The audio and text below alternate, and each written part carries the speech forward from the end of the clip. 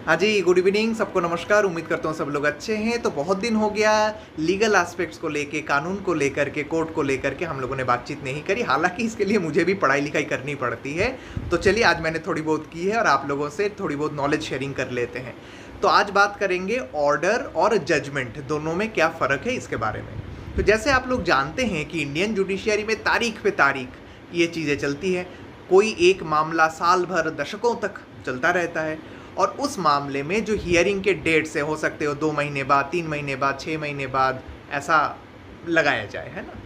तो उस हर हियरिंग के बाद, हर एक हियरिंग के बाद उस हियरिंग में क्या हुआ वो जज साहब लिख के रखते हैं कि आज मैंने पार्टीज़ को सुना, इसमें ये हुआ, इसने साक्ष्य दिया, ऐसा ये डॉक्यूमेंट्स जमा किए गए, अगली डेट ये है, उस डेट में ये करेंगे और आज के तारीख तक जो इससे पहले का ऑर्डर था वही ऑर्डर मेंटेन होगा या वो ऑर्डर मेंटेन नहीं होगा, कुछ नया ऑर्डर दिया जा रहा है। तो ये जो छोटी मोटी रोज़मर्रा की चीज़ें हैं तो वो जो नोट डाउन करके रखा जाता है दैट इज़ कॉल्ड ऑर्डर। तो आप क्या है, देखिए, हो सकता है 1 साल बाद मामले का निपटान हो जाए, उसके बीच 10 हियरिंग हुए और 10 हियरिंग में 10 छोटे छोटे ऑर्डर्स लिखवाए गए। तो फाइनल जजमेंट जब पारित होगा उसमें ये फैसला लिया जाएगा कि ये पार्टी दोषी है, वो पार्टी निर्दोष है, इसको जेल की सज़ा दी जाती है या उसको बेकसूर खलास दिया जाता है, इसको इतना पैसा जुर्माना किया जाता है, इसको इस पद से हटाया जाता है, वगैरह वगैरह। तो इसमें फाइनल जजमेंट जो है उसमें बहुत सारे जजमेंट का रेफरेंस दिया जाता है जो वकील लोग अपने केस के हियरिंग के दौरान सबमिट करते हैं, ठीक है। तो ये हो गया आपके ऑर्डर और जजमेंट का फ़र्क। अभी एक टर्मिनोलॉजी और है जिसको बोला जाता है no order as to cost. इसका क्या मतलब है?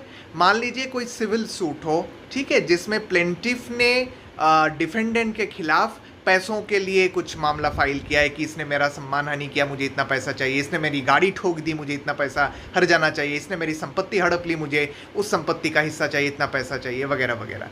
तो उस केस में कोर्ट को अगर ये लगे नहीं ये पार्टी या ये केस सच में जेन्युइन है तो कोर्ट जब तक वो मामला चलता जाता है, बीच में जितनी हियरिंग्स होती है, तब तक अगले या सामने वाले जो पार्टी है उसको ये कहती है कि आप इस दौरान इतना पैसा इस पार्टी को जिन्होंने एप्लीकेशन डाली है उसको आप दोगे खर्चा चलाने के लिए। और अगर कोर्ट को लगता है कि नहीं, ऐसे कोई खर्चा चलाने की कोई ज़रूरत नहीं है, दोनों पार्टी सक्षम है, तो उसमें कोई पैसों की बात नहीं आती है।